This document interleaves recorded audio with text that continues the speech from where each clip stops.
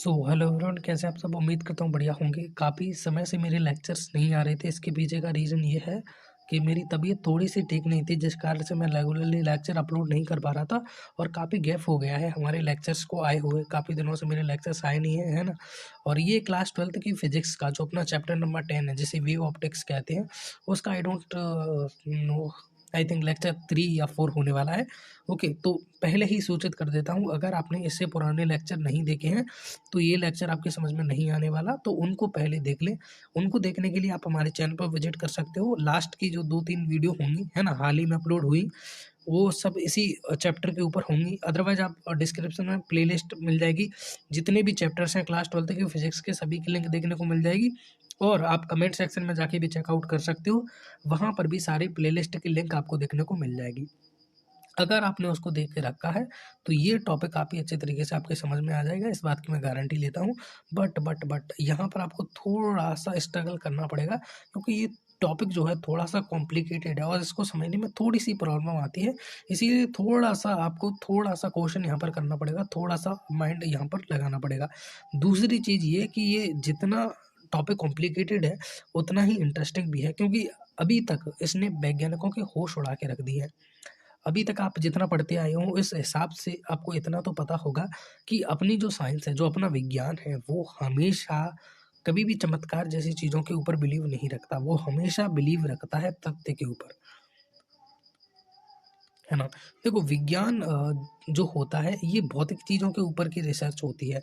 भौतिक चीज़ों के ऊपर नॉलेज लगाना अपना विज्ञान होता है।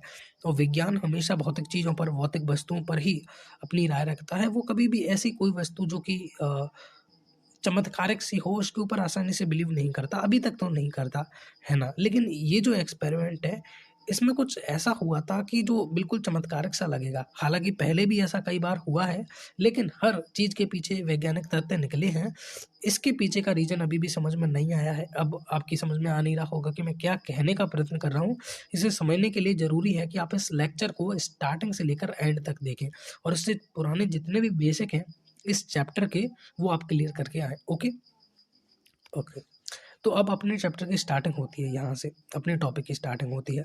अभी तक मैं आपको लाइट के बारे में समझा चुका हूँ कि लाइट क्या होती है। लाइट जैसे प्रकाश है ना, प्रकाश यानी लाइट। इस लाइट की दो प्रकृति होती है, एक होती है कणीय प्रकृति, दूसरी होती है तरंगी प्रकृति। अब यहाँ पर हम हाइगन वाले सिद्धांत को लेके चलते हैं और मान के चलते हैं कि प्रकाश की जो प्रकृति है वो तरंगी है। अभी तक तो अपन यही मानते आए हैं, है ना, प्रकाश की प्रकृति तरंगी है इस चैप्टर के अंदर। क्योंकि इस चैप्टर का नाम ही क्या है, वेव ऑप्टिक्स। यहाँ पर लिखा नहीं है मैंने। ये जो चैप्टर है ये है अपना वेव ऑप्टिक्स, यानी तरंग प्रकाश की।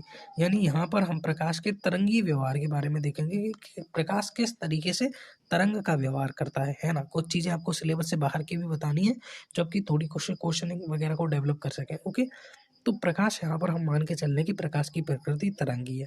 और तरंगी प्रकृति में प्रकाश किस तरीके से गति करेगा, हम सभी जानते हैं। अगर किसी भी चीज़ की प्रकृति तरंगी है तो वो तरंग के रूप में गति करती है। जैसे हमारे पास ये कोई सोर्स है, जैसे ये हमारे पास एक बैटरी है ना, ये बैटरी है। तो इससे जो प्रकाश उत्पन्न होगा वो कुछ इस तरीके से उत्पन्न होगा। प्रकाश नहीं, यहाँ से तरंगें उत्पन्न होंगी।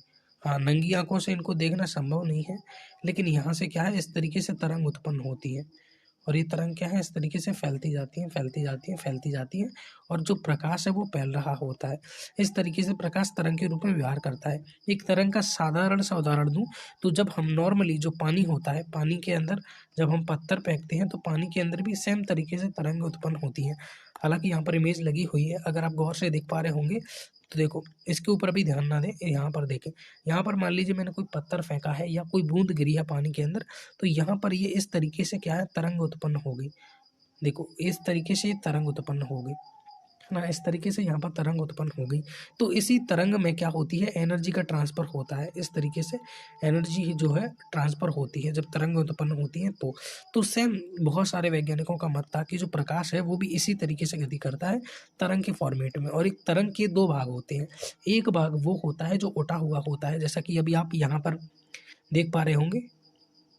ये जो भाग है ये उठा हुआ है, जिसको मैं अभी पेन से हाईलाइट कर रहा हूँ, रेड पेन से। ये जो भाग है ये अभी उठा हुआ है ना। तो जो उठा हुआ भाग होता है तरंग का, उसे कहा जाता है स्रंग, है ना। जब हम तरंग में चलते हैं तो इस तरीके से मैं ग्राफ थोड़ा सा बनाना चाहूँगा। 2 मिनट रुकें, है ना। तो एक होता है उसका इस तरीके से उठा हुआ भाग, जो कुछ ऐसे होता है। इसके बाद अगर आप आगे जाते हो तो आप देखोगे कि ये थोड़ा सा धंसा हुआ है इस तरीके से, थोड़ा सा नीचे है ना, सामान्य लेवल से। तो दूसरा भाग आता है जो कि नीचे होता है ऐसे। फिर उसके बाद एक और भाग आता है जो कि होता है उठा हुआ कुछ इस तरीके से, है ना। तो एक और भाग आता है जो होता है कुछ इस तरीके से उठा हुआ। फिर एक और भाग आता है जो होता है इस तरीके से धंसा हुआ। तो यहाँ पर फिर एक और भाग आता है जो इस तरीके से धंसा हुआ। तो प्रकाश जो है इसी तरीके से एक तरंग के फॉर्मेट में क्या है, गति करती है, एक वेव के फॉर्मेट में गति करती है। ऐसा बहुत सारे वैज्ञानिकों का मत था। अब ये वेव फॉर्मेट क्या होता है, तरंगी प्रकृति क्या होती है, इसके ऊपर जो लेक्चर है वो मेरे पहले से अपलोडेड है। जैसा कि मैंने आपको बताया, उन लेक्चर को अगर आप देखकर आए हो, पुराने लेक्चर्स को अगर आप देखकर आए हो, तो ये लेक्चर आपको अच्छे तरीके से समझ में आएगा, है ना। अब इस चीज़ की मैं बहुत सारे अंगों से आपको परिचित करा देता हूँ। इसका जो उठा हुआ भाग होता है, जैसे मैंने यहाँ पर लिखा, उसे सुरंग कहा जाता है। वैसे ही इसका जो धंसा हुआ भाग होता है, ये जो धंसा हुआ भाग होता है, इसे गर्त कहा जाता है। जैसा कि मैंने अभी आपको बताया, प्रकाश कुछ इस तरीके से गति करता है। तो ये जो है इसका उठा हुआ भाग है। कलर चेंज करते हैं थोड़ा। ये जो है इसका उठा हुआ भाग है, इसे सुरंग कहा जाता है। ये जो है इसका धंसा हुआ भाग है, जिसे गर्त कहा जाता है। तो तरंग के दो फॉर्मेट में होते हैं, एक उभार होता है जिसे सुरंग कहते हैं, दूसरा होता है गर्त, है ना। और प्रकाश इसी तरीके से सुरंग गर्त के रूप में गति करता है, यानी उसके जो कण हैं वो ऊपर नीचे होते हैं और एनर्जी का ट्रांसफर करते हैं। ये अभी आपकी ठीक तरीके से समझ में तभी आ रहा होगा जब पुराने लेक्चर आपने देख रखे हैं, है ना। क्योंकि ये सब रिवीजन वाला पोर्शन है, इसको मैं पहले समझा चुका हूँ। ओके, अब देखो ये तरंग कुछ इस तरीके से बनी है। अगर मैं यहाँ से लेकर यहाँ तक चलता हूँ, कलर चेंज कर लेते हैं थोड़ा सा। अगर मैं यहाँ से लेकर यहाँ तक चलता हूँ, सॉरी, मैं यहाँ से लेकर यहाँ तक आया, इसको मैं मान लीजिए बिंदु ए नाम दे देता हूँ। इस पॉइंट को मैंने नाम दे दिया बिंदु ए और इस पॉइंट को मैंने नाम दे दिया बिंदु बी। तो मैं ए से लेकर बिंदु बी तक आया, राइट। जब मैं ए से लेकर बिंदु बी तक आया तो मैंने कौन कौन सी दूरी तय की, एक तो ये वाली दूरी तय की, ये उठा हुआ भाग था, राइट। दूसरा ये धंसा हुआ भाग था और इसी तरीके से गति कर रही है। तो एक उठा हुआ भाग आ गया जो कुछ इस तरीके से है ना, और दूसरा धंसा हुआ भाग आ गया जो कुछ इस तरीके से है। ओके, एक उठा हुआ भाग, दूसरा धंसा हुआ भाग।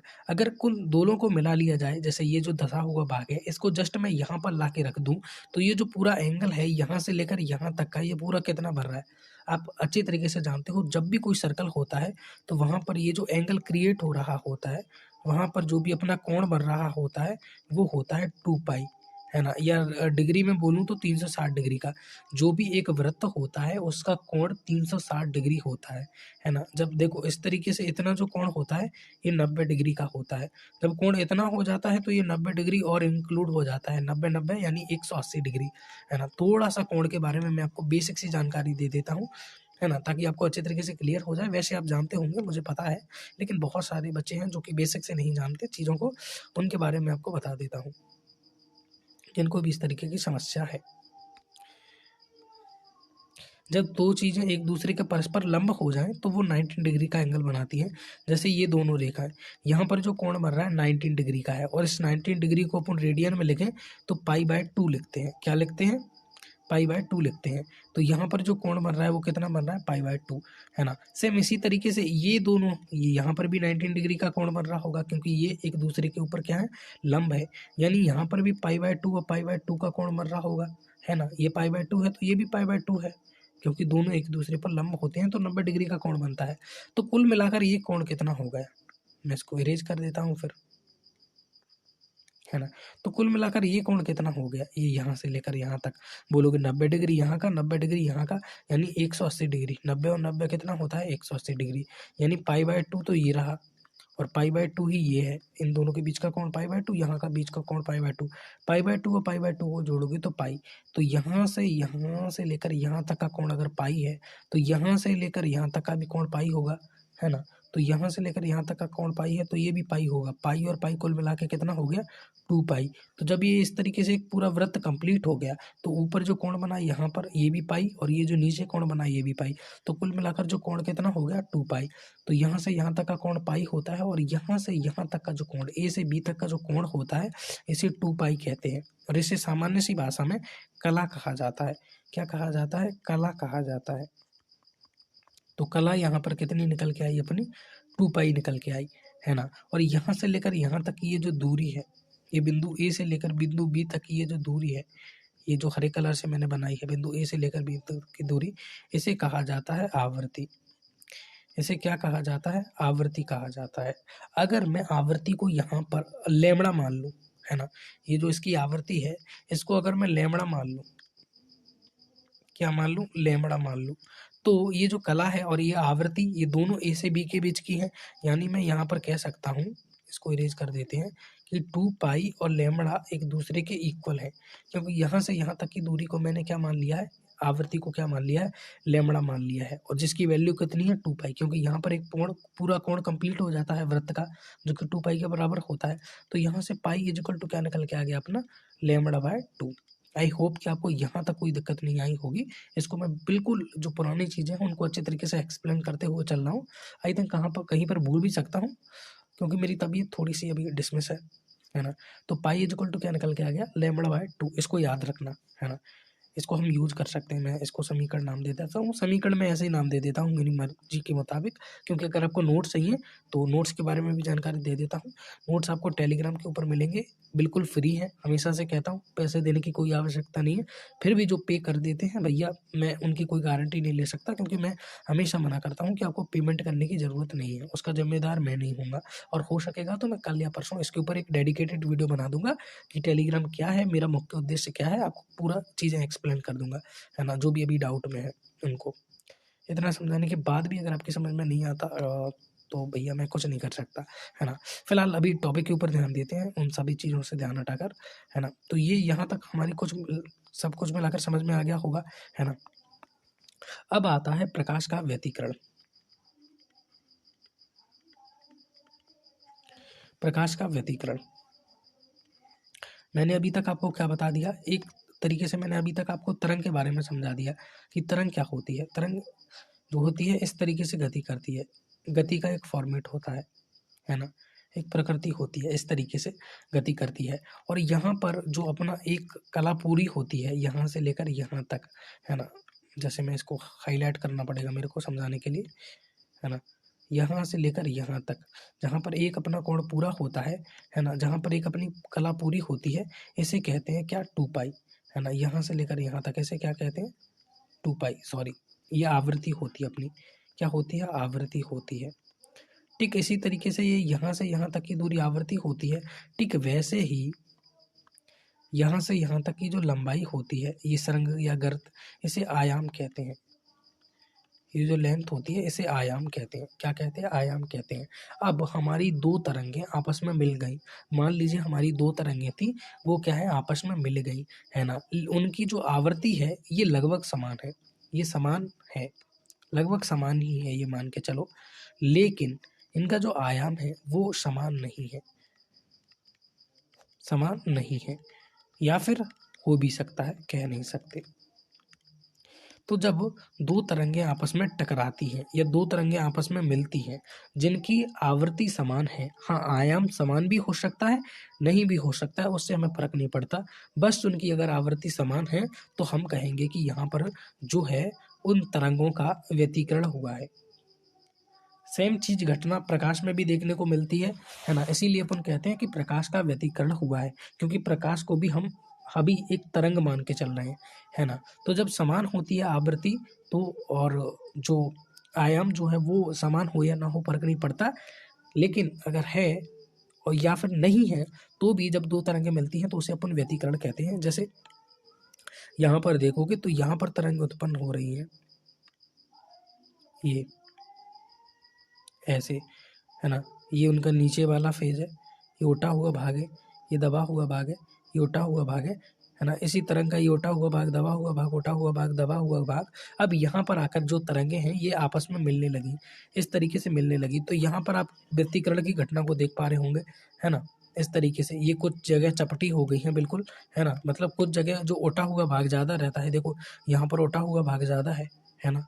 यहाँ पर भी अगर चित्र में अच्छे तरीके से देख पा रहे होंगे आप, अगर नहीं दिख रहा है तो थोड़ी क्वालिटी को इंक्रीज कर लीजिए, है ना।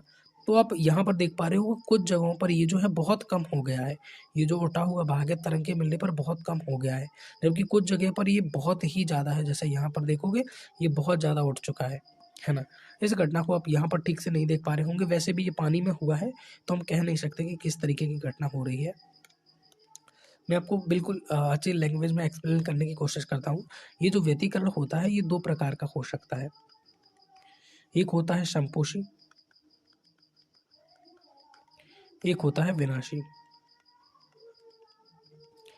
एक होता है संपोषी व्यतिकरण, दूसरा होता है क्या होता है विनाशी व्यतिकरण। अब एक व्यतिकरण संपोषी क्या होता है, विनाशी क्या होता है, इसको भी थोड़ा सा समझने पर ध्यान दीजिए। देखो ये सारी चीज़ों को मैं आपको पहले एक्सप्लेन कर चुका हूँ, तो मैं यही सोच के चल रहा हूँ कि आप इसको पहले एक बार पढ़ चुके हैं, जिससे ये आपका एक जस्ट रिवीजन मात्र है और कुछ नहीं, है ना। क्योंकि यंग का एक्सपेरिमेंट अभी शुरू नहीं हुआ है। संपोषी व्यतिकरण के बारे में मैं आपको क्या बता चुका हूँ, जब दो तरंगें मिल रही हैं तो उनका सरंग से सरंग मिल जाए और गर्त से गर्त मिल जाए तो उसे अपन क्या कहते हैं, उसे अपन कहते हैं संपोषी व्यतिकरण, है ना। जबकि इसका उल्टा हो, अगर सरंग से गर्त मिल जाए और गर्त से सरंग मिल जाए तो इस तरीके का जो व्यतिकरण होता है इसे कहते हैं विनाशी व्यतिकरण। अब मैंने अभी आपको क्या बताया था कि व्यतिकरण यानी क्या होता है। व्यतिकरण होता है जब दो तरंगें मिल जाती हैं, है ना। तो मान लीजिए मेरे पास एक तरंग है कुछ इस तरीके से ये, और दूसरी तरंग है मेरे पास कुछ इस तरीके से।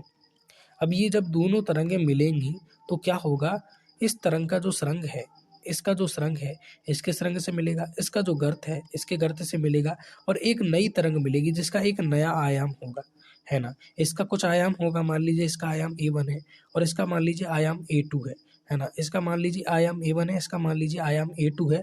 जो नई तरंग बनेगी उसका आयाम भी कुछ होगा, मान लीजिए उसका आयाम r है ना। उसका आयाम हम मान के चल रहे हैं r है।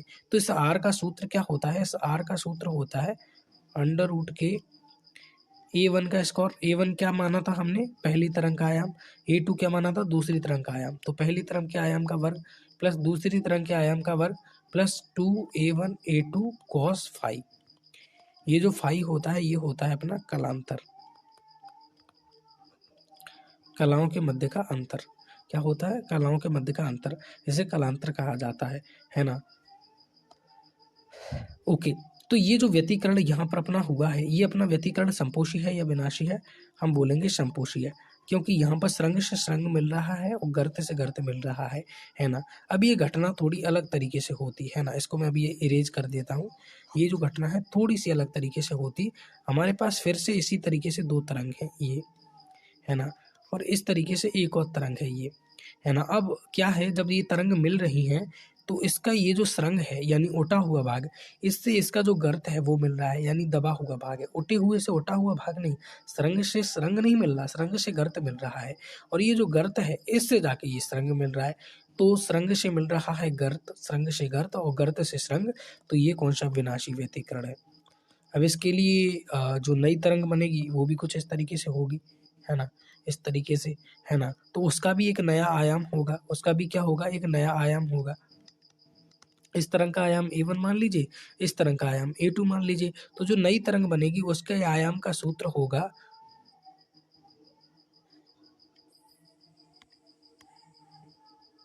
Same to same. ये मैंने यहीं पर दोबारा इसीलिए छाप दिया क्योंकि इसका सूत्र भी जो होता है समान होता है। इसका जो नया आयाम निकल के आता है उसका सूत्र आप सोच रहे होंगे भिन्न होता है, तो ऐसा नहीं होता है, उसका सूत्र भी समान होता है। अब मन में प्रश्न उठ रहा होगा कि ये सूत्र कहाँ से आया, तो देखो सूत्र को मैं पहले लेक्चर के अंदर डिनोट कर चुका हूँ, इससे पुराने लेक्चर के अंदर कि किस तरीके से आया, और व्यतिकरण को भी पढ़ा चुका हूँ, है ना। तो ये बस आपका रिविजन चल रहा था। और यहाँ पर ये जो कॉस फाई है ये क्या है, कॉस फाई, ये जो है पूरा का पूरा कॉस फाई कलांतर को दर्शाता है। कॉस फाई क्या होता है, कलांतर होता है। और यहाँ पर जो फाई लिखा हुआ है, ये फाई अपनी कला है, ये फाई अपनी क्या है, कला है। ओके, तो अब यहाँ पर चीज़ों को आपको अच्छे तरीके से समझना होगा, है ना। यहाँ पर सॉरी, ओके, थोड़ी सी गलती होगी मेरे से। ये जो फाई अपना कलांतर है, ठीक है, फाई जो है अपना कलांतर है। अब देखो यहाँ पर संपोषी व्यतिकरण में दोनों में सूत्र तो समान होता है, लेकिन जो संपोषी व्यतिकरण होता है उसमें कॉस फाई की वैल्यू मैक्सिमम होती है, जबकि कॉस फाई की वैल्यू मिनिमम यहाँ पर होती है। देखो थोड़ा सा समझेंगे, थोड़ी सी प्रॉब्लम है मेरे को, 2 मिनट रुको।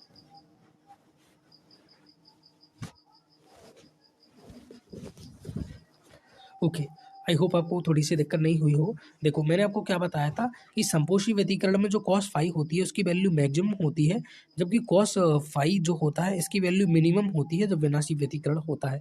जब संपोषी व्यतिकरण होगा तो कॉस फाई की वैल्यू मैक्सिमम होगी, और जब विनाशी व्यतिकरण होगा तो इसकी वैल्यू जो होगी मिनिमम होगी, है ना। इस बात को याद रख लेना, और अगर आपको समझना है कि ये कैसे आया तो इसके लिए आपको जाकर पुराना लेक्चर देखना होगा, वहाँ पर मैंने इन चीज़ों को अच्छी तरीके से एक्सप्लेन किया है। ओके, अब कॉस फाई मैक्सिमम क्या होगा, कब होगा।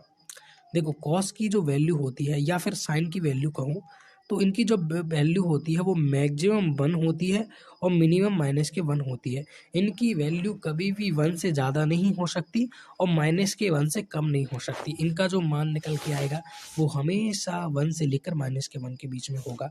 अब जिन्हें कॉस और साइन की वैल्यू का मान ही नहीं याद, वो क्या करें, तो उनको मैं बता दूं कि उनको ज़्यादा कुछ नहीं करना, उनको इतना याद रखना है इस पैटर्न को कि हम स्टार्टिंग करते हैं 0 से, फिर 0 में जोड़ देते हैं π/2, ये याद करने की ट्रिक है।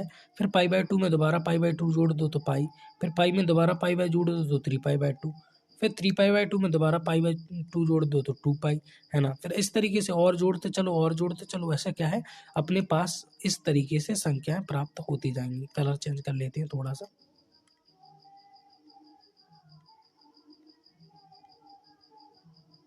इस तरीके से अपने को क्या है संख्या प्राप्त होती जाएंगी। अब यहाँ पर क्या होता है, जब आप जोड़ते जाओगे तो ट्राई भी कर सकते हो। यहाँ पर जैसे जो 0 प्राप्त हुआ है, फिर 2π प्राप्त हुआ है, फिर आपको यहाँ पर 4π प्राप्त होगा, 4π, फिर आपको 6π प्राप्त होगा, फिर 8π प्राप्त होगा, फिर 10π प्राप्त होगा। यानी यहाँ पर जो आपको संख्याएं प्राप्त होंगी वो हमेशा सम होंगी। जैसे यहाँ पर 2π आपको प्राप्त हो गया तो यहाँ पर पाई प्राप्त हुआ है ना। फिर आपको 3π प्राप्त होगा, फिर आपको 5π प्राप्त होगा, है ना। फिर 5 में 6 को छोड़ दो क्योंकि 6 एक सम संख्या है, फिर आपको 7π प्राप्त होगा, है ना। फिर 7 में से 7 के बाद 8 को छोड़ दो, फिर 9π प्राप्त होगा। जितनी भी सम संख्या है वो इधर होती हैं, 0, 2π, है ना, 4 एक सम संख्या है तो 4π, 10 एक सम संख्या है तो 10π, वो संख्या इधर आती हैं, विषम जो होती हैं इधर आती है। यहाँ पर जो कॉस की वैल्यू होती है वो होती है 1, क्या होती है 1। यहाँ पर जाकर वैल्यू जो होती है 0 हो जाती है, यहाँ पर जो होती है वैल्यू वो -1 हो जाती है, यहाँ पर जो वैल्यू होती है वो 0 हो जाती है, और यहाँ पर जो वैल्यू है फिर से 1 हो जाती है। तो कभी भी आपको लिखा मिल जाए जैसे cos 3π/2, तो आपको याद है कि पहले 1 होगी, फिर 0 होगी, फिर -1 होगी, फिर 0 होगी, और cos 3π/2 कितनी होगी, 0 होगी। तो यहाँ पर आप लिख सकते हो 0 होगी। cos π/2 की वैल्यू, cos π/2 की वैल्यू भी 0 होगी। cos 0 की वैल्यू, cos 0 की वैल्यू होगी 1, cos 2π की वैल्यू 1, cos 4π की वैल्यू 1, cos 10π की वैल्यू 1। जब भी cos के साथ कोई भी संख्या सम होगी जैसे 10 और उसके साथ पाई लगा होगा तो उसकी वैल्यू हमेशा 1 निकल के आती है, हमेशा। इस ट्रिक है, इसको याद रख सकते हो, है ना। अगर 10 की जगह 9 होता तो ये वैल्यू -1 निकल के आती, अगर विषम संख्या के साथ पाई जो है लगा होता तो, है ना। तो यहाँ पर मैं लिख सकता हूँ फिर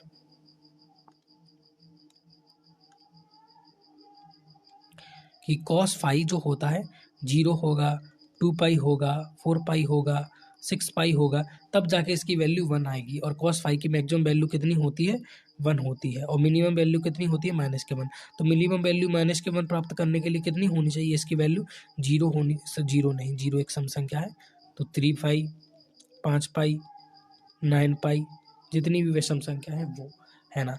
और इसको मैं एक सूत्र के फॉर्मेट में जनरेट करना चाहूँ तो उसको मैं ऐसे नहीं लिख सकता कि इसका जो फॉर्मेट रहेगा वो हमेशा रहेगा पाई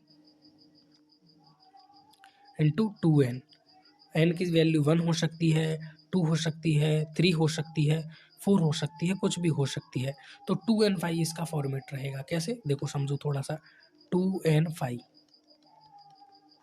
अब n की वैल्यू मान लीजिए मैंने हमेशा 1 रख दी। n की वैल्यू 1 रखी तो इस सूत्र में रख कर देखो, 2 इंटू में क्या है, n है, इंटू में क्या है, पाई है। तो 2 एकम 2, 2 का पाई में मल्टीप्लाई करोगे तो 2 पाई। n की जगह पर मान लीजिए मैंने 5 रख के देखा, तो 5 का 2 में गणित करोगे तो 5 दूनी 10 पाई, 10 पाई, है ना। हमेशा सम संख्या प्राप्त होगी। 2n पाई में अगर आप 2n पाई ये जो समीकरण है, इसमें अगर आप n की जगह पर कुछ भी रख दो आपको सम संख्या ही प्राप्त होगी। जैसे n की जगह पर मान लीजिए मैंने 12 रख दिया, तो 12 का 2 में गुणित करोगे तो 24 पाई, है ना। n की जगह पर मैंने 18 रख दिया, तो 18 का 2 में गुणित करोगे तो 36 पाई। ये सारी संख्या समय, अब सम विषम का खेल तो आपको आता ही होगा, और अगर नहीं आता तो माफ़ कीजिए, आपको चुल्लू पर पानी देखने को मिल जाएगा कहीं पर, या फिर ये रहा, इसी में डूब के मर जाओ। मजाक कर रहा था, ठीक है। तो ये कॉस फाई है, यहाँ पर मिनिमम वैल्यू होगी 3 पाई, 5 पाई, 9 पाई, है ना। तो इसके लिए सूत्र जनरेट कर देते हैं अपन, इसको लिख देते हैं 2n प्लस के 1 पाई, क्या 2n प्लस 1 पाई। तो अब यहाँ पर 2n प्लस 1 पाई है। अब n की वैल्यू कुछ भी रख के देखो लो आप, 1 2 3 0, हमेशा आपको विषम संख्या प्राप्त होगी। कैसे, मान लीजिए n की वैल्यू मैंने 8 रख के देख ली, तो 2, n की जगह पर 8 रखोगे तो 8 आ जाएगा, प्लस के 1 पाई, तो 8 दूनी 16, 16 में 1 जोड़ोगे तो 17 पाई। ये तो एक विषम संख्या है। इसके अलावा यहाँ पर 2n प्लस 1 है। अब मान लीजिए कोई भी संख्या रख के देख लेते हैं, आप बताइए। मान लीजिए मैंने यहाँ पर 9 रख के देख लिया, है ना। तो 9 का 2 में मल्टीप्लाई करोगे तो कितना आएगा, 18, 18 में 1 जोड़ोगे तो कितना आएगा, 19, तो 19 पाई। हमेशा आपको विषम संख्या प्राप्त होगी, है ना। तो ये क्या है, 2n प्लस 1 पाई, और ये क्या है, 2n पाई। ये क्या है, इनके लिए जनरल सा सूत्र है अपना। ये क्या होता है, 2n पाई, 2n पाई, ये क्या है अपना, ये है अपना कलांतर। अब n की वैल्यू 1 2 3 4 5 6 कुछ भी हो सकती है, लेकिन ये कलांतर होगा। और ये किसके लिए होगा, ये होगा अपना समपोषी व्यतिकरण के लिए। समपोषी व्यतिकरण के लिए क्या होगा, समपोषी व्यतिकरण के लिए। अब यहाँ पर n की वैल्यू कुछ भी हो सकती है, 1 2 3 4 5 6, है ना। 2, अब n की जगह 1 रख दिया तो 2 पाई, 2 रख दिया तो 4 पाई, है ना, इस तरीके से। और इसके लिए सूत्र होगा विनाशी व्यतिकरण के लिए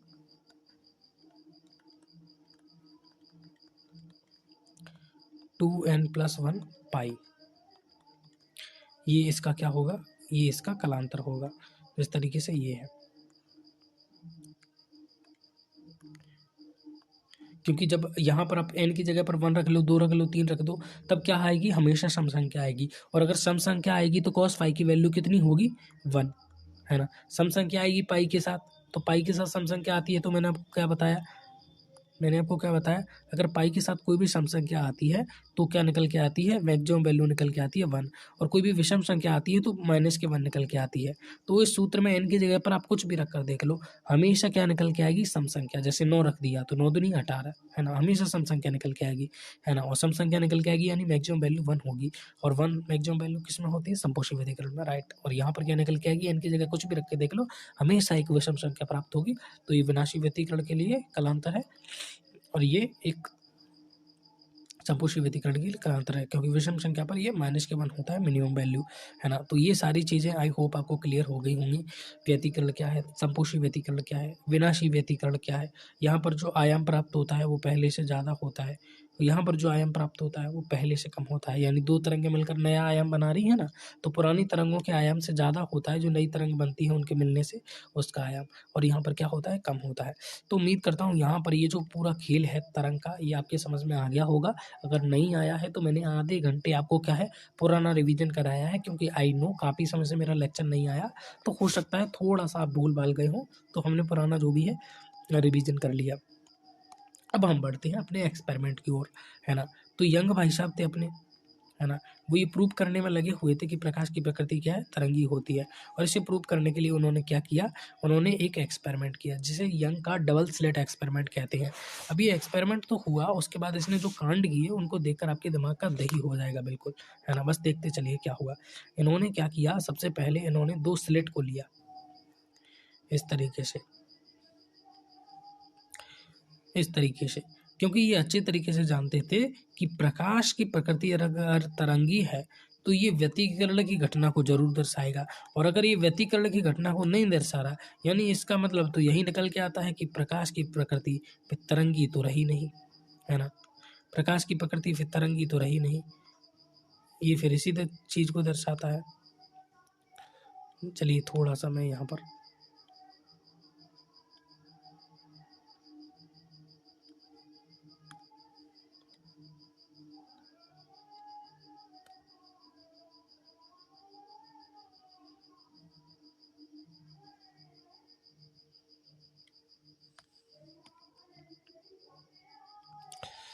मैं भी आपको सब कुछ एक्सप्लेन कर दूंगा कि यहाँ पर क्या चल रहा है, कौन सी भाषणबाजी चल रही है।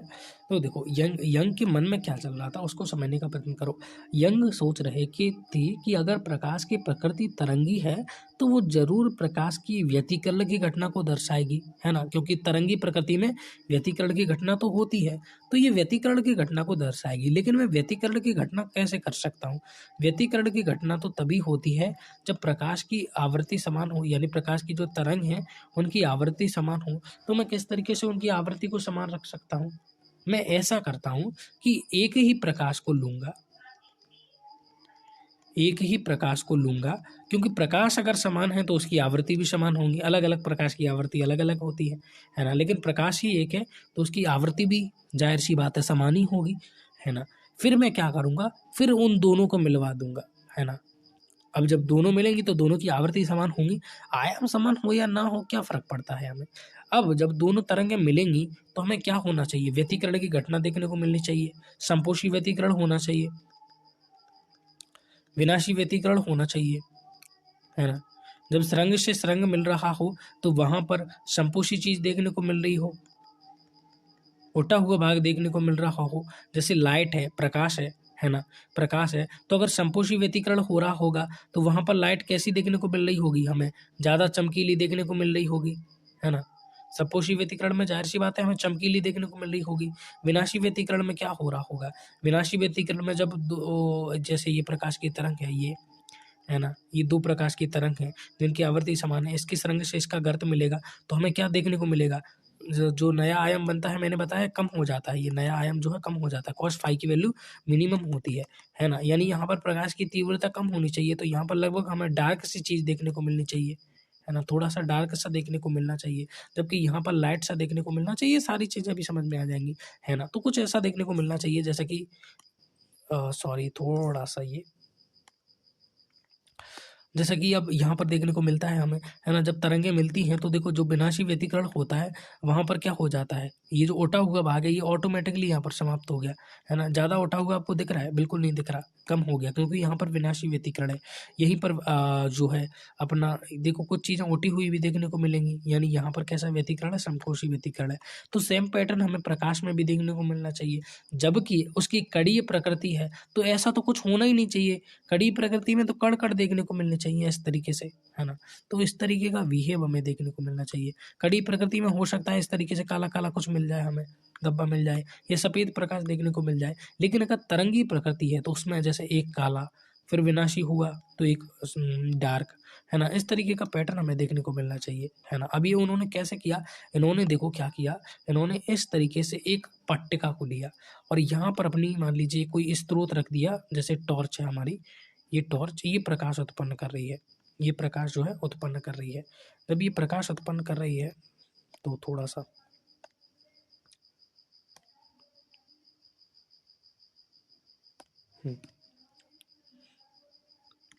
यहाँ पर मैं एक और चीज ड्रॉ कर लेता हूँ।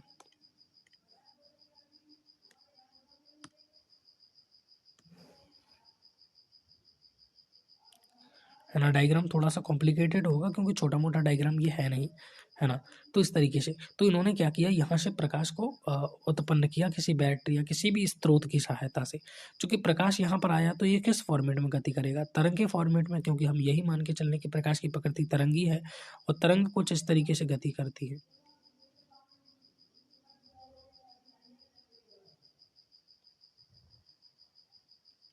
है ना।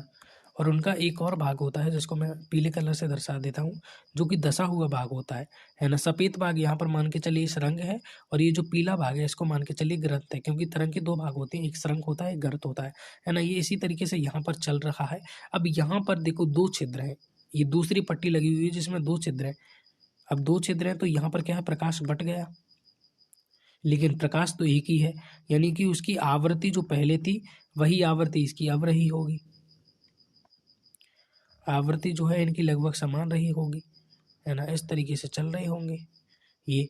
यहाँ से भी प्रकाश उत्पन्न हो रहा होगा, क्योंकि प्रकाश एक ही है तो आवृत्ति समान है। और यहाँ पर अपने को क्या है, व्यतिकरण की घटना देखने को मिल रही होगी,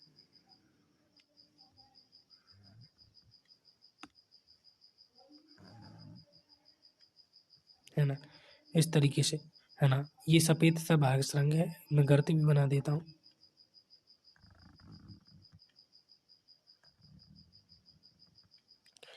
लीजिए, तो ये मैं क्या ड्रॉ कर रहा हूँ, मैं तरंग ड्रॉ कर रहा हूँ, क्योंकि हम सभी जानते हैं सरंग कुछ इस तरीके से होती है ना। थोड़ा सा बैक आइए, अभी मैं आपको दोबारा इस चीज़ को एक्सप्लेन कर दूंगा जिससे आपको कोई भी डाउट ना रह जाए। मैं इसी इमेज की एक कॉपी तैयार करने वाला हूँ यहाँ पर, कुछ इस तरीके से।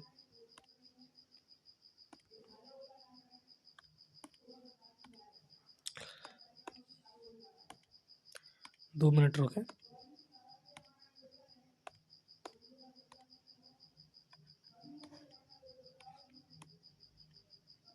देखिए कुछ इस तरीके से, यहाँ पर भी आप देखोगे तो प्रकाश किस तरीके से उत्पन्न हुआ रहा है। ये ओटा हुआ भाग है, ये जो ओटा हुआ भाग है इसको मैं सफ़ेद लाइन से कवर कर देता हूँ। ये देखो ये ओटा हुआ है, इसको सफ़ेद कर दिया मैंने। ये ओटा हुआ है, इसको मैंने सफ़ेद कर दिया, है ना। ये ओटा हुआ है, इसको मैंने इस तरीके से सफ़ेद कर दिया। ये ओटा हुआ है, इसको मैंने इस तरीके से सफ़ेद कर दिया। और ये जो दसा हुआ भाग है, जैसे गर्त कहते हैं, इसको मैंने पीले कलर से दर्शा दिया, ये, है ना। और ये वाली जो है इसको मैंने हटा दिया। तो आप गौर से देखो यहाँ पर भी क्या है, सेम पैटर्न देखने को मिल रहा है। पहले सफ़ेद फिर पीला, फिर सफ़ेद फिर पीला, फिर सफ़ेद फिर पीला, यानी सरंग गर्त सरंग गर्त सरंग गर्त। और ये तो आपको क्या है, एक इस तरीके का डायग्राम है पानी में पत्थर फेंकने का, तो आपको ठीक तरीके से विजुअलाइज नहीं हो पा रही होंगी तरंग। यहाँ पर आप थोड़ा सा देखने को ढंग से कोशिश करो, एक सरंग है फिर गर्त है, सरंग है फिर गर्त है, इसी तरीके से तरंग के फॉर्मेट में ना प्रकाश गति कर रहा है। और यहाँ पर क्या है, व्यतिकरण हो रहा है। देखो ये दो है, एक दूसरे के से क्या है, मिल रही है ना। ये और मिल रही होंगी, आगे मिल रही होंगी। अब जब आगे मिल रही होंगी तो ऐसे ही मिलते मिलते प्रकाश यहाँ पर आ रहा होगा, है ना, है ना। तो देखो यहाँ पर क्या है, सफ़ेद और सफ़ेद मिल गई, सफ़ेद सफ़ेद मिल गई। सफ़ेद को मैं मान लीजिए सरंग मान के चल रहा हूँ, तो सरंग और सरंग मिल गई, तो यहाँ पर कैसा बनना चाहिए, वाइट प्रकाश आना चाहिए, क्योंकि संपोषी व्यतिकरण है। संपोषी व्यतिकरण में तीव्रता जो होती है, प्रकाश की तीव्रता अधिक होती है। अब प्रकाश की तीव्रता क्यों अधिक होती है, जैसे आयाम का सूत्र होता है ना, जैसे आयाम का सूत्र होता है ना, आयाम मैक्सिमम होता है, कॉस फाई जो होता है मैक्सिमम होता है। सेम इसी तरीके से तीव्रता का भी सूत्र होता है, और तीव्रता भी वहाँ पर मैक्सिमम होती है। अभी ये सूत्र जो है पुराने लेक्चर के अंदर मैं करवा चुका हूँ, तो उम्मीद करता हूँ आप उसको देख कर आए होंगे, तभी समझ में आएगा, है ना। जबकि यहाँ पर आप देखोगे, जस्ट इसके इधर देखोगे, यहाँ पर मान लीजिए, यहाँ पर देखो जस्ट इसके यहाँ पर देख लोगे तो ये पीली वाली लाइन है और ये सफ़ेद वाली लाइन है, ये आपस में मिल रही हैं, तो क्या हो रहा है, सरंग गर्त से मिल रहा है। पीली वाली लाइन को गर्त मान लो, सफ़ेद वाली लाइन को सरंग मान लो, तो सरंग गर्त से मिल रहा है। फिर यहाँ पर देखो तो फिर सफ़ेद सफ़ेद से मिल रही है, यानी फिर क्या है, संग सरंग सरंग से मिल रहा है, तो फिर क्या है, यहाँ पर चमकीली दिखाई देनी चाहिए, है ना। तो यहाँ पर एक पैटर्न हमें देखने को मिलना चाहिए था कायदे से, अगर ये तरंगी प्रकृति है तो। और तरंग नहीं है, कड़ी है, तो फिर तो यहाँ पर डायरेक्ट प्रकाश प्रकाश हो जाना चाहिए, है ना। मज़ेदार बात ये है, जब ये एक्सपेरिमेंट किया गया तो सेम घटना देखने को मिली, जैसा बोलते हैं ना, तरंगी प्रकृति में ऐसा दिखना चाहिए था, तरंग है तो, जबकि कड़ी प्रकृति होगी तो ऐसे कण कण इकट्ठे होकर बहुत सारा प्रकाश यहाँ पर सफेद सफेद बना दें। लेकिन अगर तरंगी प्रकृति है तो प्रकाश के व्यतिकरण भी होना चाहिए, और व्यतिकरण होना चाहिए तो यहाँ पर क्या है, इस तरीके से पैटर्न भी देखने को मिलना चाहिए। और सेम इसी तरीके का पैटर्न देखने को मिला जैसा कि मैं आपसे बोल रहा हूँ, है ना। अब वो एक्सपेरिमेंट तो जो यंग ने किया था वो तो हमारे पास है ही नहीं, देसी जुगाड़ से किए गए कुछ एक्सपेरिमेंट यहाँ पर देखने को मिलेंगे, है ना, जिसका फोटो यहाँ पर लिया गया है। आप देखोगे एक पैटर्न यहाँ पर देखने को मिल रहा है, ये ब्राइट है उसके बाद डार्क है, ब्राइट है उसके बाद डार्क है, ब्राइट है उसके बाद डार्क है, ब्राइट है उसके बाद डार्क है ना। देखो यहाँ पर ये पूरा पैटर्न देखने को मिल रहा है, ये क्या है, उसी से एक्सपेरिमेंट किया गया है। क्या है, ये एक्सपेरिमेंट किया गया है ना। आप चाहो तो सस्ती जुगाड़ में यंग का एक्सपेरिमेंट यूट्यूब पर भी देख सकते हो। कोई ना कोई सस्ती जुगाड़ से कागज के पुट्टे वगैरह लगाकर वो अपने देसी कलाकार बहुत वो करके बता देंगे आपको, कोई दिक्कत वाली बात नहीं है। तो वहाँ से आपको एक बेसिक सा आइडिया या अनुमान लग जाएगा कि किस तरीके का एक्सपेरिमेंट हुआ होगा, है ना, किस तरीके का जो एक्सपेरिमेंट यंग ने किया होगा, यंग ने किस तरीके का एक्सपेरिमेंट किया होगा और किस तरीके से उसको पैटर्न देखने को मिला होगा। हालांकि इमेज से भी आप अच्छा खासा आइडिया लगाते हुए कि उसे जो दीवार है यहाँ पर ये किस तरीके का पैटर्न, ये जो पर्दा है इसे पर्दा कहते हैं, पर्दे पर उसे किस तरीके का जो पैटर्न है वो देखने को मिला। उम्मीद करता हूँ यंग का एक्सपेरिमेंट आपकी समझ में आ गया होगा। अभी कहानी खत्म नहीं हुई है, ये लेक्चर हो सकता है 1 आवर के पार चला जाए, क्योंकि मुझे इससे अड़ोस पड़ोस की चीज़ें भी आपको बतानी है, ऊपरी फड़ा के यहाँ पर नहीं निकल लेना है। आपको सिलेबस से बाहर की भी कुछ चीज़ों से मुझे इंट्रोड्यूस कराने का मन कर रहा है। पहले कुछ डेरिवेशन है छोटी मोटी सी, उनको कर लेते हैं। हालांकि हो सकता है इन्हीं डेरिवेशन में आपके प्राण पखेरु उड़ पड़े।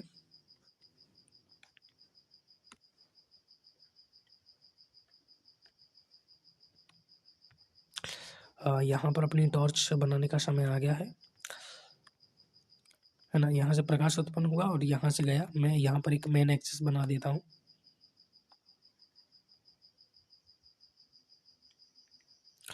और इसको थोड़ा सा बैलेंस करना होगा मेरे को। है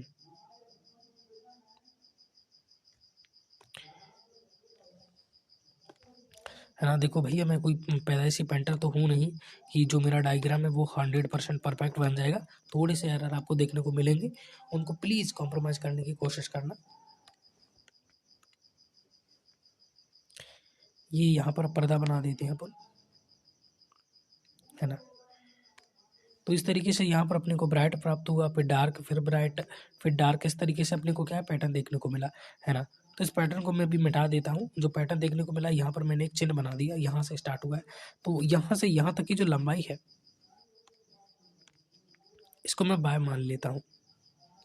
ये जो लंबाई है इसको मैं क्या मान के चलता हूँ, बाय मान के चलता हूँ। ये बिंदु P है, यहाँ पर हमें क्या हुआ, इस तरीके से पैटर्न प्राप्त हुआ। और इस बिंदु को मैं O मान के चलता हूँ। क्या मान के चलता हूँ, O मान के चलता हूँ। O डैश मान लेता हूँ, क्योंकि मैं इसको O मान लेता हूँ। ये मान लीजिए O है और ये मान लीजिए O से लेकर O डैश है, और यहाँ से लेकर यहाँ तक की दूरी को, ये जो दूरी है यहाँ से लेकर यहाँ तक की, इसको मैं D मान लेता हूँ। क्या मान के चलता हूँ, D मान के चलता हूँ। और यहाँ से इन दोनों छेद के बीच की जो दूरी है, ये दोनों जो छिद्र हैं इनके बीच की दूरी को मैं कैपिटल डी मान लेता हूँ। ओके, यहाँ तक आपको कोई दिक्कत नहीं होनी चाहिए, ये सारी चीज़ें मैं मान के चल रहा हूँ, है ना। यहाँ मैंने कैपिटल डी मान लिया, यहाँ मैंने स्मॉल डी उसको मान लिया। ओके, यहाँ तक आपको कोई समस्या नहीं होनी चाहिए, लगभग सारी चीज़ें मैं बिल्कुल क्लियर करते हुए चल रहा हूँ, है ना। यहाँ से लेकर बिंदु पी तक के लिए ये मैंने दूरी बना दी, और यहाँ से लेकर इस बिंदु P तक के लिए मैंने ये दूरी बना दी। इस क्षेत्र को मैं S नाम दे देता हूँ, इसको नाम मैं S1 दे देता हूँ, इसको नाम S2 दे देता हूँ, क्योंकि नाम रखना जरूरी होता है डेरिवेशन में।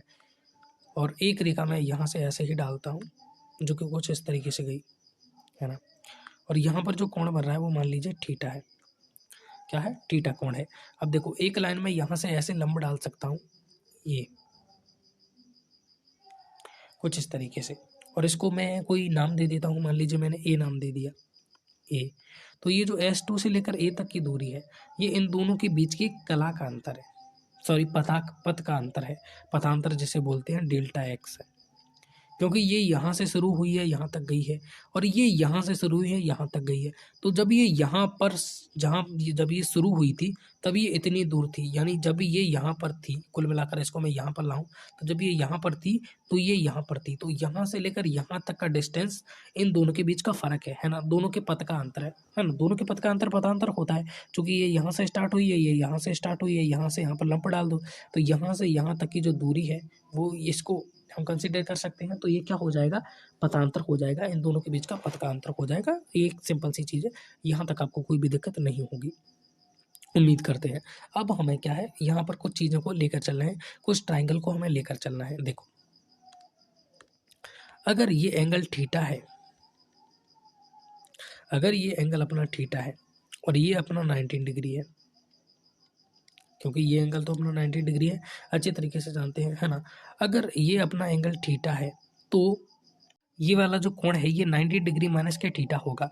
ये कोण अगर थीटा है तो ये कोण 90 माइनस के डिग्री थीटा होगा। इसे समझने के लिए थोड़ा सा अंदर चलते हैं, थोड़ा सा जूम करते हैं, पहले एक बार बैक आते हैं और इस पूरी स्क्रीन को लॉक कर देते हैं, है ना, ताकि इरेज वगैरह करने में कोई दिक्कत ना आए। देखो, मैंने पूरा चीज़ें क्लियर करते चल रहा हूँ, हो सकता है कहीं पर डाउट हो तो वीडियो को रिवाइंड करके देख लेना, क्योंकि ये डेरिवेशन वाला पोर्शन है, काफ़ी ज़्यादा दिक्कत देता है। पहली चीज़ तो आप ये मान के चलो कि ये जो कोण है ये सभी बहुत छोटे छोटे कोण है, काफ़ी बड़े कोण नहीं, काफ़ी छोटे छोटे कोण है जिन्हें न्यून कोण कहते हैं, है ना। अब सोचो, ये जो एंगल होता है ये हम सभी जानते हैं 19 डिग्री का होता है, क्योंकि ये एक दूसरे के लंबवत है, जैसा कि मैंने आपको वीडियो के लेक्चर के बीच में भी बताया था। अगर ये एंगल अपना थीटा है और ये 19 डिग्री है तो ये एंगल कितना होगा फिर अपना, सोच के देखो। ये एंगल अपना 19 डिग्री है और ये एंगल अपना थीटा है, तो ये बचा हुआ 90 माइनस के थीटा हुआ कि नहीं।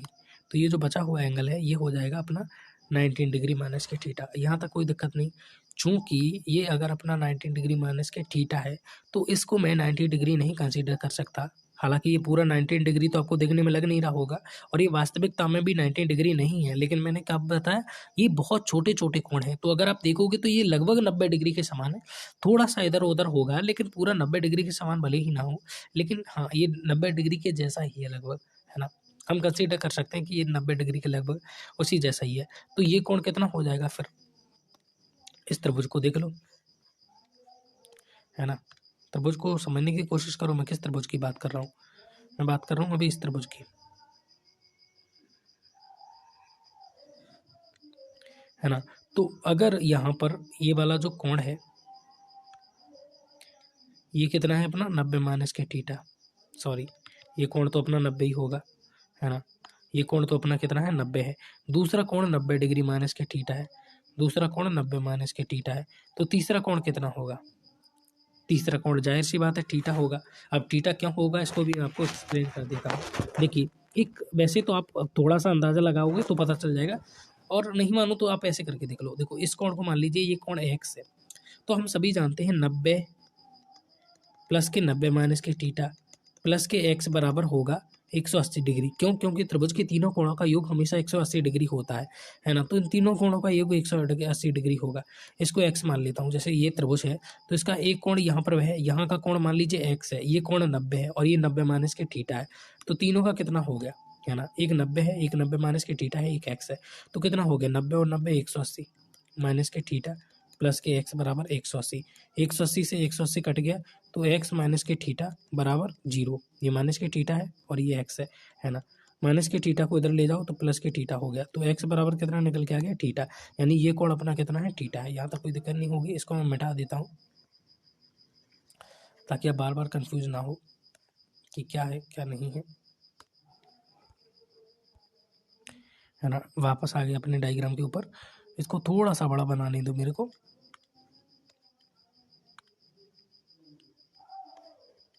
लो, है ना। तो मैंने इस तरीके से क्या है, इनको थोड़ा सा अरेंजमेंट कर दिया। यहाँ तक आपको कोई दिक्कत नहीं होगी, लगभग सारी चीज़ें मैं क्लियर करते हुए चल रहा हूँ। ओके, सो हेलो एवरीवन, है ना। तो एक्चुअली में हुआ क्या था, थोड़ी सी इश्यू आ गई थी जिस कारण से वीडियो रुक गई थी। अब जो लेक्चर रिकॉर्ड हो रहा है ये सुबह के वक्त है और करीब हमारा समय हो रहा है 10:55 यानी करीब 11 बजने वाले हैं। तो अब लेक्चर जो है रिकॉर्ड हो रहा है। ओके, तो हो सकता है मैं थोड़ा सा इधर हेरफेर कर दूं, वो जो स्लाइड है वो डिलीट होगी सारी की सारी। यहाँ से नई स्लाइड से अपन शुभारंभ कर रहे हैं। तो अभी तक अपन कितना पढ़ चुके थे, यहाँ पर ये जो क्या है, ये सारा मटेरियल आई होप आपकी समझ में आ गया होगा। थीटा वीटा सब कुछ ऐसे आया था, इसको मैं एक्सप्लेन कर चुका हूँ। अब अपने को क्या है, फ्रिंज की लंबाई ज्ञात करनी है। जैसे यहाँ पर कोई फ्रिंज बन रही है ना, जैसे लाइट भी बन सकती है, डार्क भी बन सकती है, व्यतिकरण होता है तो चमकीली भी बन सकती है और अंधकार में सी, मतलब ऐसे बन सकती है। ऐसे अपने पास एक पर्दा है, ये है ना, थोड़ा इधर बना देते हैं। ये अपने पास एक पर्दा है इस तरीके से, इस पर ऐसा भी हो सकता है कि ऐसे चमकीली बन रही हो,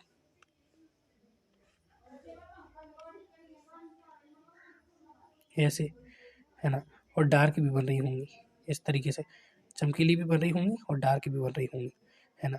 तो ये जो बन रही है इसकी लंबाई, क्या, इसकी लंबाई यानी इसकी लेंथ, इसके बारे में अपन वार्तालाप करने वाले हैं, है ना। तो ये बाय जो है इसकी वैल्यू अपने को क्या है, ज्ञात करनी है। कुल मिलाकर बात है ये और यही है। कैसे निकालें, इसके लिए एक ट्राइंगल ले लेते हैं अपन, है ना। बात याद रखें ये कि ये जो कोण है बहुत सारे छोटे से कोण हैं, ये सब छोटे छोटे कोण हैं। ये जो थीटा वीटा है ना, ये सब छोटे कोण है। यहाँ पर मैंने एक ट्राइंगल सेलेक्ट किया है, इसको देखो, ये ओ से लेकर ओ डैश से लेकर पी, और यहाँ से लेकर ये यहाँ तक का, ये जो मैंने नीले रंग से कलर किया है, ये मैंने एक ट्राइंगल सेलेक्ट किया है। अब इस ट्राइंगल के लिए अगर मैं टेन थीटा की वैल्यू लिखना चाहूँ तो क्या होगी, टेन थीटा जो इक्वल टू होता है लंब बटा आधार। जिनको याद नहीं है उनको बता दूं, एक ट्रिक होती है याद करने की, लाल बटा कक्का, है ना। यहाँ पर आता है सिन, यहाँ पर आता है कॉस, यहाँ पर आता है टेन, सिन कॉस टेन। तो टेन का क्या होगा, टेन का होगा लंब बटा आधार। यहाँ से आप देख सकते हो और इस ट्रिक से याद भी कर सकते हो। Tan theta is equal to क्या होता है, लंब बटा आधार। तो tan theta is equal to हो जाएगा लंब बटा आधार। तो इस ट्राइंगल में थीटा ये बन रहा है ना। और आप सभी को पता होगा, देखो ट्राइंगल के बारे में भी थोड़ी सी बहुत समझ आपको होनी चाहिए, नहीं है तो मैं यहाँ पर आपको बता देता हूँ। इसको थोड़ा सा सीधा करेंगे अपन कुछ इस तरीके से, सीधा हो गया अपना, ठीक है। इसकी एक और कॉपी तैयार करते हैं। बेसिक सी चीज़ें जो आपको पता होनी चाहिए।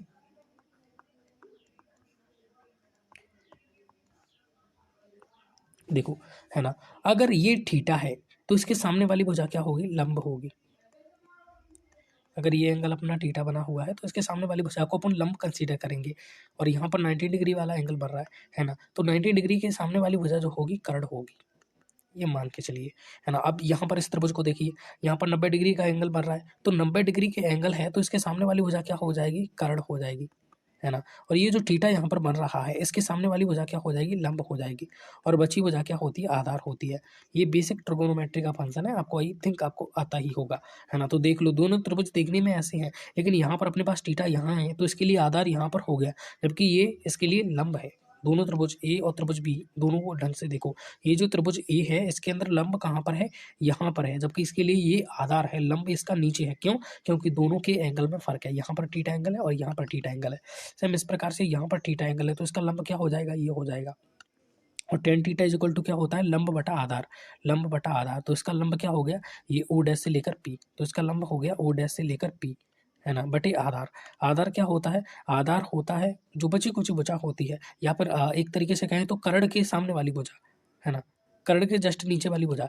जैसे ये कर्ण है, इसके नीचे वाली भुजा आधार, ये कर्ण है, इसके नीचे वाली भुजा जस्ट आधार हो गई, है ना। तो ये अपना कर्ण है और ये आधार हो जाएगा ओ से लेकर ओ डैश। या फिर ऐसे भी देख सकते हो आप, ये थीटा है, इसके सामने वाली भुजा लंब है और ये कर्ण है, तो बचा कुछ ये आधार ही होगा अपना, और क्या होगा, है ना। तो ये हो गया अपना आधार, है ना। ओ डैश से लेकर पी, ओ डैश से लेकर पी, ये लंबाई कितनी है, बाय है अपनी, है ना। ओ से लेकर ओ डैश, ओ से लेकर ओ डैश, ये कितना है लंबाई, कैपिटल डी। हो सकता है मैंने स्मॉल डी माना हो पहले, है ना, वो तो परिवर्तन आता रहता है, क्योंकि मैं रट्टा लगाने वाला काम करता नहीं हूँ कि रट के रख लूँ। हाँ, तो बाकी आप नोट्स में जैसे अनुसार पढ़ेंगे उस अनुसार आपको देखने को मिल जाएगी। थोड़ा सा इसको मोटा करेंगे,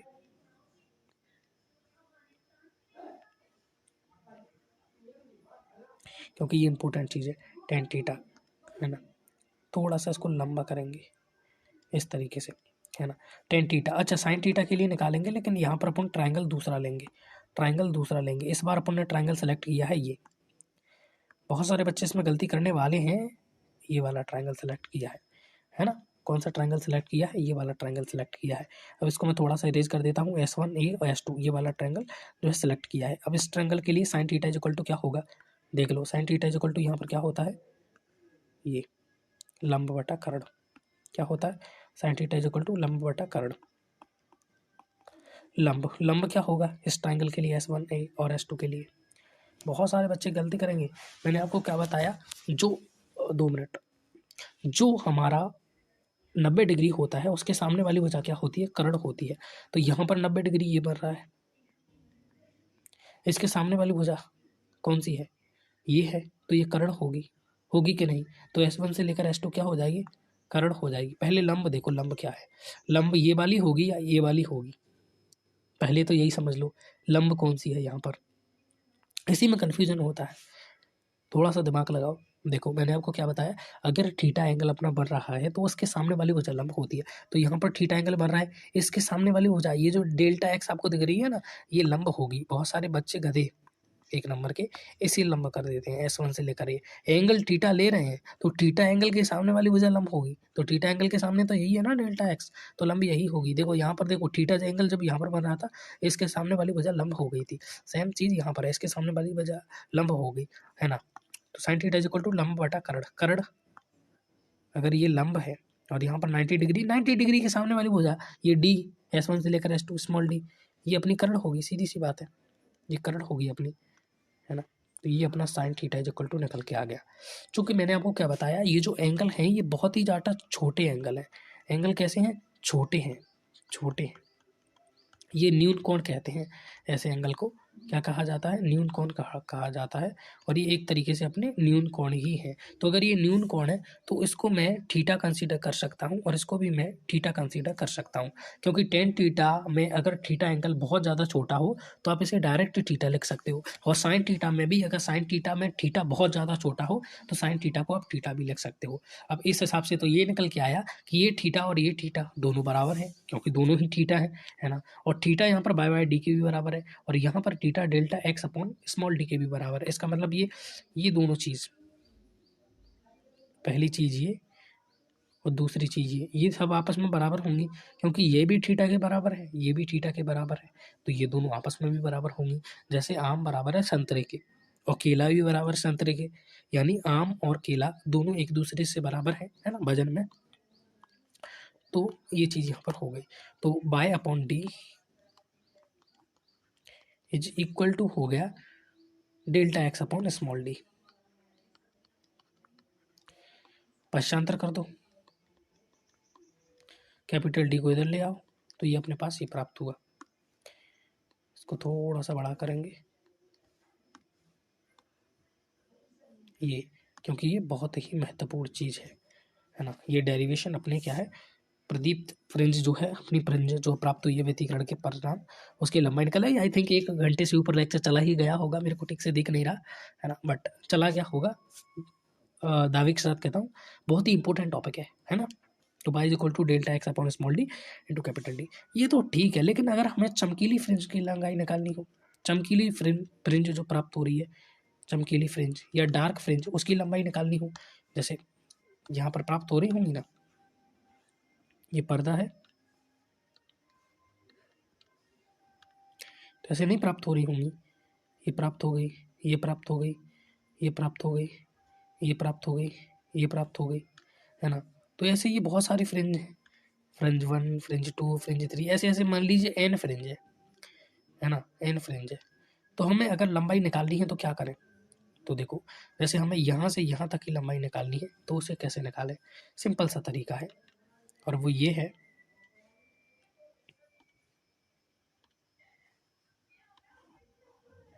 कि हम यहाँ से यहाँ तक की लंबाई निकाल लें। ये मान लीजिए अपनी n वाली फ्रिंज है और ये n+1 वाली फ्रिंज है ना।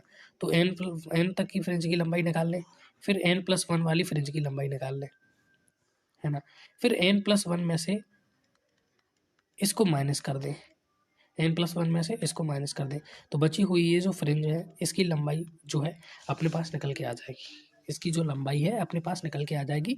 ये जो एक फ्रिंज है इसकी लंबाई कितनी होगी ये अपने पास निकल के आ जाएगी।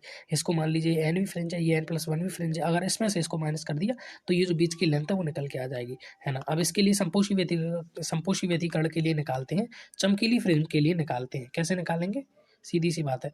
चमकीली फ्रिंज के लिए जो सूत्र होता है वो क्या होता है, by is equal to delta x upon small D into capital D. By is equal to delta x upon small D into capital D, कुछ इस तरीके से। डेल्टा एक्स क्या होता है, पदांतर होता है, और पदांतर के लिए सूत्र क्या होता है, संपोषी व्यतिकरण होता है। समकीली है मतलब संपोषी व्यतिकरण 2n λ/2। कैसे निकाला था, देखो ए बिंदु है, ए से बी, यहाँ से यहाँ तक की कला 2 पाई होती है जैसा कि मैंने भी आपको बताया, और यहाँ से यहाँ तक की आवृत्ति को अगर लैम्बडा मानो तो 2 पाई और लैम्बडा एक दूसरे के बराबर है, क्योंकि ये ए से लेकर बी के ही बीच में है। तो पाई इज इक्वल टू λ/2, 2 का मैंने प्रश्नांतर कर दिया तो पाई इज इक्वल टू λ/2 निकल के आया था, है ना। और मैंने आपको क्या बताया था, जो संपोषी व्यतिकरण होता है उसके लिए जो कला होती है वो 0, 2 पाई, जो कलांतर होता है 0, 2 पाई, 4 पाई, 6 पाई, हमेशा सम का गुणज होता है। तो इसको अपन ऐसे लिख देते हैं 2n पाई। अब एन की वैल्यू कुछ भी हो सकती है, 0, 1, 2, 3, 4, 5, 6, लेकिन यहाँ पर हमें सम संख्या ही प्राप्त होगी। जैसे एन की वैल्यू 4 रख दी तो 4 दूनी 6, 4 दूनी 8, सॉरी, एन की वैल्यू 9 रख दी तो 9 दूनी 18। तो एन की जगह पर कुछ भी रखो, अपने को हमेशा एक सम संख्या प्राप्त होगी, और सम संख्या प्राप्त हो रही है यानी संपोषी व्यतिकरण कलांतर मैक्सिमम है। 2n पाई ये क्या होता था, कलांतर होता था, मैंने आपको बताया था, है ना। बस पाई की जगह पर अपने क्या लिख दिया, पाई की जगह पर लिख दिया λ/2, है ना। यहाँ पर भी पाई की जगह पर लिख दिया λ/2। 2n+1 ये विनाशी व्यतिकरण के लिए, संपोषी व्यतिकरण के लिए अपन ने डेरिवेट कर लिया था। ओके, यहाँ तक कोई दिक्कत नहीं होगी। अब अपन वैल्यू पुट करते हैं, तो डेल्टा एक्स की जगह पर क्या हो गया, 2n और λ/2 बटे में क्या है, डी है, इंटू कैपिटल डी है। तो डेल्टा एक्स के लिए ये लिख दिया अपन ने एन वी फ्रिंज, ये एन वी फ्रिंज की लंबाई अपन निकाल रहे हैं, यहाँ पे लिख देते हैं एन वी फ्रिंज के लिए, ये क्या है, बाय एन है, एन वी फ्रिंज के लिए 2 से 2 काट दिया अपन ने, तो ये क्या निकल के आ गया, एन λ/डी इंटू कैपिटल डी। ये अपने पास एन वी फ्रिंज की लंबाई निकल के आ गई। अब निकालते अपन n+1 वी फ्रिंज की लंबाई, है ना। थोड़ी सी एन से एक फ्रिंज और ज़्यादा उसकी लंबाई, तो वो कितनी होगी, उसके लिए भी सेम सूत्र लगेगा, by is equal to sorry ये बाय नहीं है, बाय n+1 है, n+1 भी फ्रिंज की लंबाई कितना होगा, यहाँ पर था 2n λ/2, 2 यहाँ पर n जो है इसकी वैल्यू हो गई n+1, यानी n थोड़ा सा ज़्यादा हो गया, एक ज़्यादा हो गया, n2 में वही λ/2 बटे में वही d, 2 से 2 कट गया, तो by n+1 is equal to कितना निकल के आया, n+1 इंटू लैम्बडा बटे डी इंटू कैपिटल डी। ये बाय n+1 अपने पास क्या है, निकल के आ गया। अब क्या करें अपन, अब जैसा कि मैंने आपको बताया था बाय n+1 में से बाय n को माइनस कर दो, इसको b नाम दे देते हैं, तो अपने पास फ्रिंज की लंबाई निकल के आ जाएगी, जो फ्रिंज है उसकी, तो माइनस करो, बाय n+1 कितना निकल के आया है, n+1 लैम्बडा बाय डी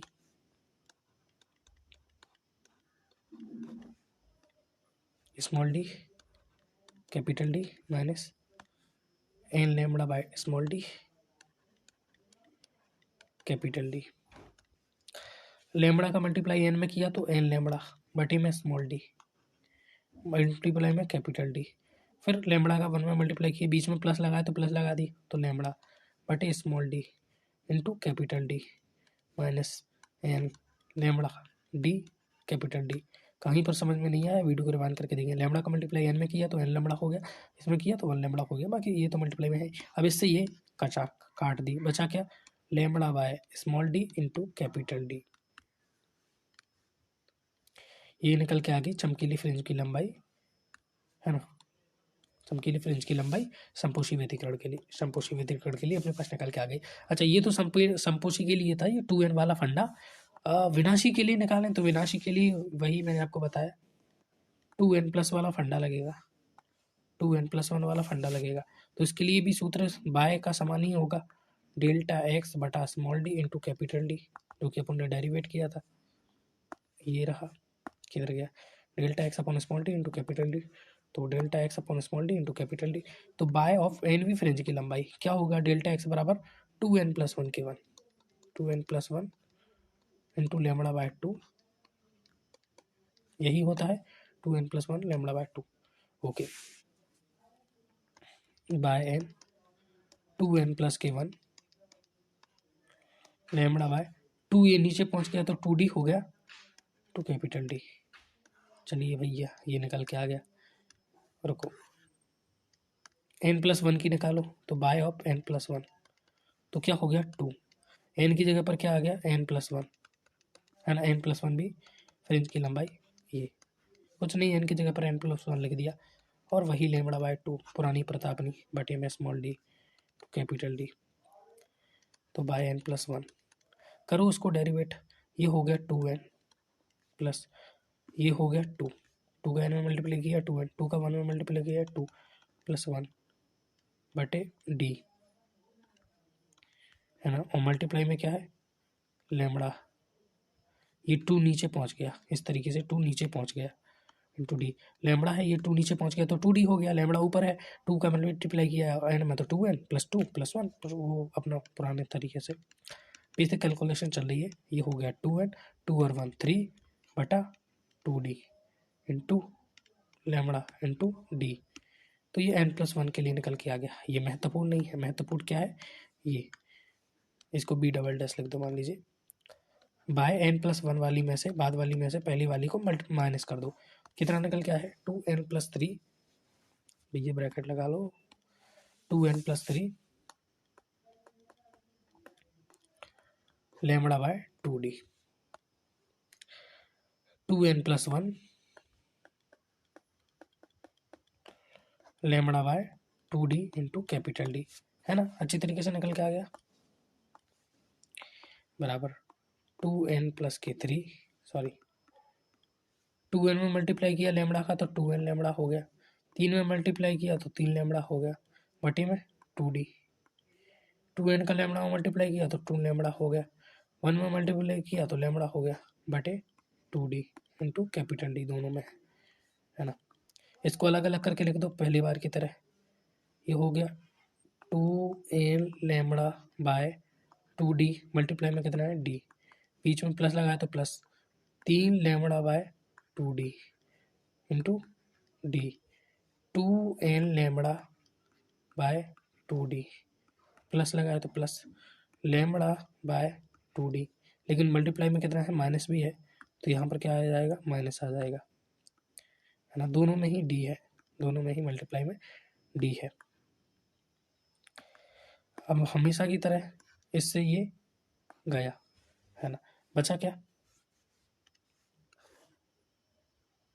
इधर करते हैं, बचा क्या, बचा अपना 3 lambda by 2d into capital D, इधर क्या बचा lambda by 2d into capital D, दोनों का एलसीएम लो, 2d नीचे आ गया, है ना, ऊपर क्या रहा 3 लेमड़ा इंटू डी, इधर lambda into D, 3 lambda into D में से लेमड़ा इंटू डी माइनस कर दिया तो बचा 2 लेमड़ा इंटू डी बटे में 2d, 3 में से 1 गया तो 2, अब 2 से 2 कट गया तो लेमड़ा इंटू डी कैपिटल बटा स्मॉल डी, ये क्या निकल के आया b डबल डैश, है ना। ये किसके लिए निकल के आया है, ये डार्क के लिए निकल के आया है, विनाशी व्यतिकरण जब होता है तब, है ना, डार्क लिख देता हूँ मैं डार्क के लिए। वाइट के लिए कितना निकल के आया था, ये निकल के आया था lambda upon small D into capital D, और ये निकल के आया lambda upon small D into capital D, अरे ये तो बराबर निकल के आया यार, ये तो बराबर निकल के आया है। हाँ, यानी कि जो चमकीली फ्रिंज की लंबाई है, जो चमकीली फ्रिंज की लंबाई है वो बराबर होती है जो डार्क फ्रिंज होती है ना उसके बराबर, जो थोड़ी काली से पे होती है, इनकी लंबाई जो होती है बराबर निकल के आती है ना, जो यहाँ पर प्राप्त होते हैं ना उनकी जो लंबाई है वो बराबर निकल के आती है। आई थिंक मेरे पास डायग्राम भी होगा, उसको इंक्लूड कर देता हूँ।